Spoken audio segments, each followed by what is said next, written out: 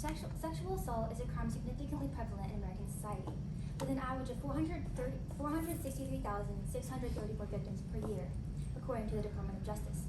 Despite its high rates of occurrence, the cases are severely underreported, and out of 1,000 sexual assaults, 975 perpetrators will walk free. Only 310 are reported to the police. Only 50 of these reports lead to arrest. Only 28 of these cases will lead to felony conviction, and only 25 of these perpetrators will actually be incarcerated. However, these rates are starting to improve. Due to the Me Too movement, a social movement against sexual abuse, sexual harassment, and rape culture that was initiated in 2006 by Tarana Burke and virally reignited in 2017 by Hollywood actress Alyssa Milano. Survivors of sexual assault were given a sense of community and strength that encouraged them to not only report the perpetrators, but to also take their case to a court of law. Still, some critics dismiss the effectiveness of the Me Too movement due to the possibility of false allegations impacting the treatment of both men and women in the workforce. Good morning. My name is Mia Sangria. This controversy begs the question, since its revival in 2017, did the Me Too movement have a more positive or negative impact on the advancement and equality of American women in the workforce? Throughout this presentation, we will discuss why the advantages of the Me Too movement outweigh the negatives, as it fostered a meaningful and sustainable impact in the workforce through increased social awareness, victim empowerment, and lasting legal reforms. Social awareness. Oh yeah. The Pew Research Center has documented over 19 million uses of the Me Too hashtag on social media. From these millions of posts online, they found it was common for social media posts to be viewed by users throughout the platform, as they discuss the content of sexual assault and sexual harassment. Roughly 2/3 of the U.S. adults that are on social media, around 65% of the population, who use social media say that at least some of the content they see in these platforms pertains to sexual harassment and assault.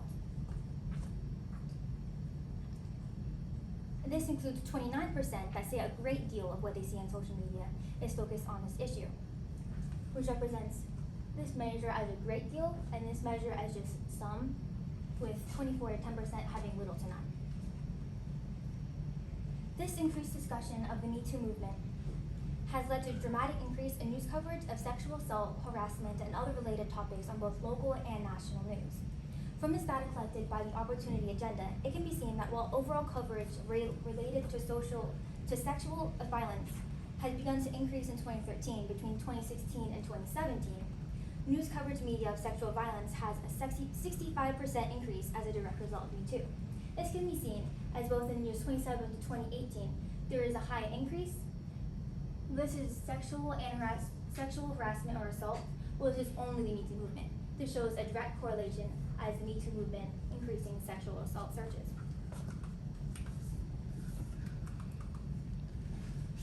The impact can also be seen in statistics.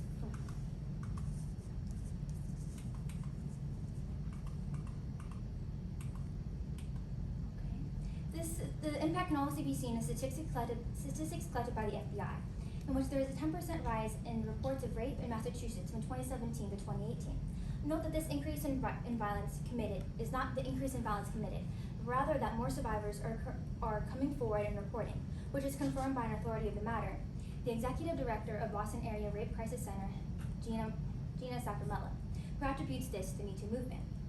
In the College Board stimulus, The Dark Side of Resilience explains that resilience and being overly tolerant to adversity dangerously border one another, and how individuals may cause harm to themselves by normalizing and internalizing their struggles.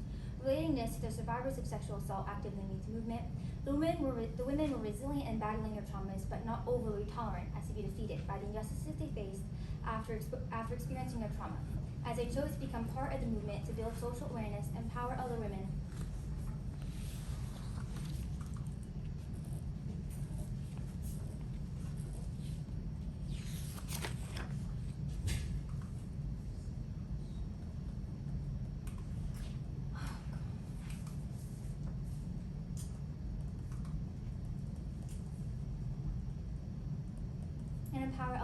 rather than become impacted by only the trauma.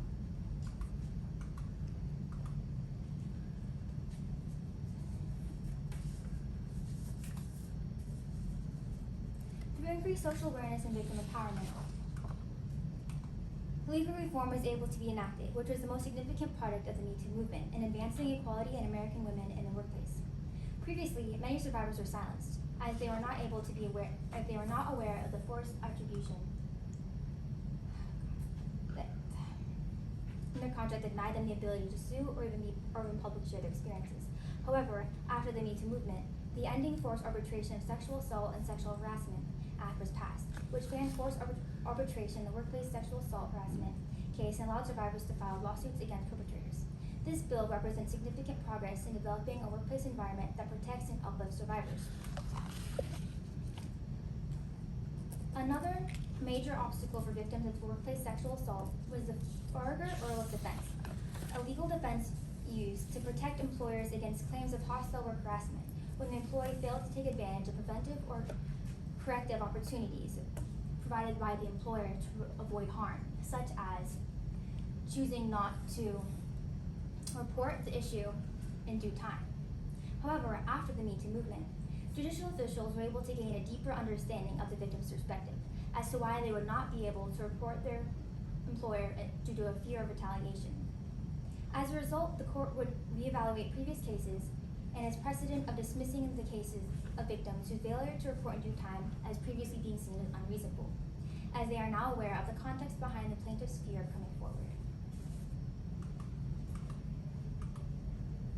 To address the opposition, some argue that the Me Too movement had damaging effects on the professional growth of women in the workplace.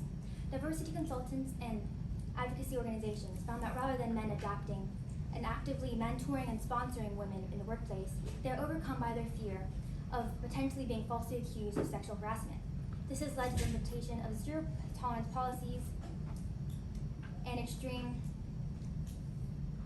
zero tolerance policies that take an extreme stance in avoiding women in the workplace in fear of being potentially facing allegations. However, these perspectives face significant limitations, as the behaviors demonstrated pose a larger social issue, rather than direct implications of the Me Too movement itself. Rather than taking measures to improve the workplace environment for women to help achieve equality, take extreme precautions to avoid any interaction with women in the workplace. Overall, although the Me Too movement was not perfect, its positive impact for potential future change should not be ignored. Through increased social awareness and victim empowerment that resulted in powerful legal reforms, the Me Too movement have been able to create a more safe and equal workplace environment in which women are protected and perpetrators are held accountable. The momentum and global attention caused by the movement should be utilized to pass more legislation for survivors of sexual assault, as well as bring awareness to the assault of marginalized groups. Here's my sources. Any questions? Two questions for you. First one, what evidence did you gather that you did not use, and why did you choose not to use it? I originally gathered evidence I believed it would help show the impact of the movement, as it was showing that there was a Republican candidate for a seat in government who was to be considered, however, and they needed a more Republican seat. But he had allegations, sexual allegations that were on him, and people held this against him to not get the seat in Congress. And I thought, oh wow, this is showing this strong impact. However, I looked further into it, and that's actually one of the criticisms of the movement, as people will take advantage of it to muddle their political opponents. Okay. And what advice would you have for other researchers that consider this topic? Advice I would have for other researchers that consider this topic is to consider the implications of the various aspects, as well as the groups that have not been fully recognized in the Me Too movement. As I've mentioned in my argument, how it's impacted women. It remains mostly a feminist movement, as it was started by high-profile women in Hollywood, at least in the 2017 revitalization. However, it's not that it purposefully ignores more marginalized groups such as the LGBT community or men. It's just that became most popular due to it being reignited by women in Hollywood.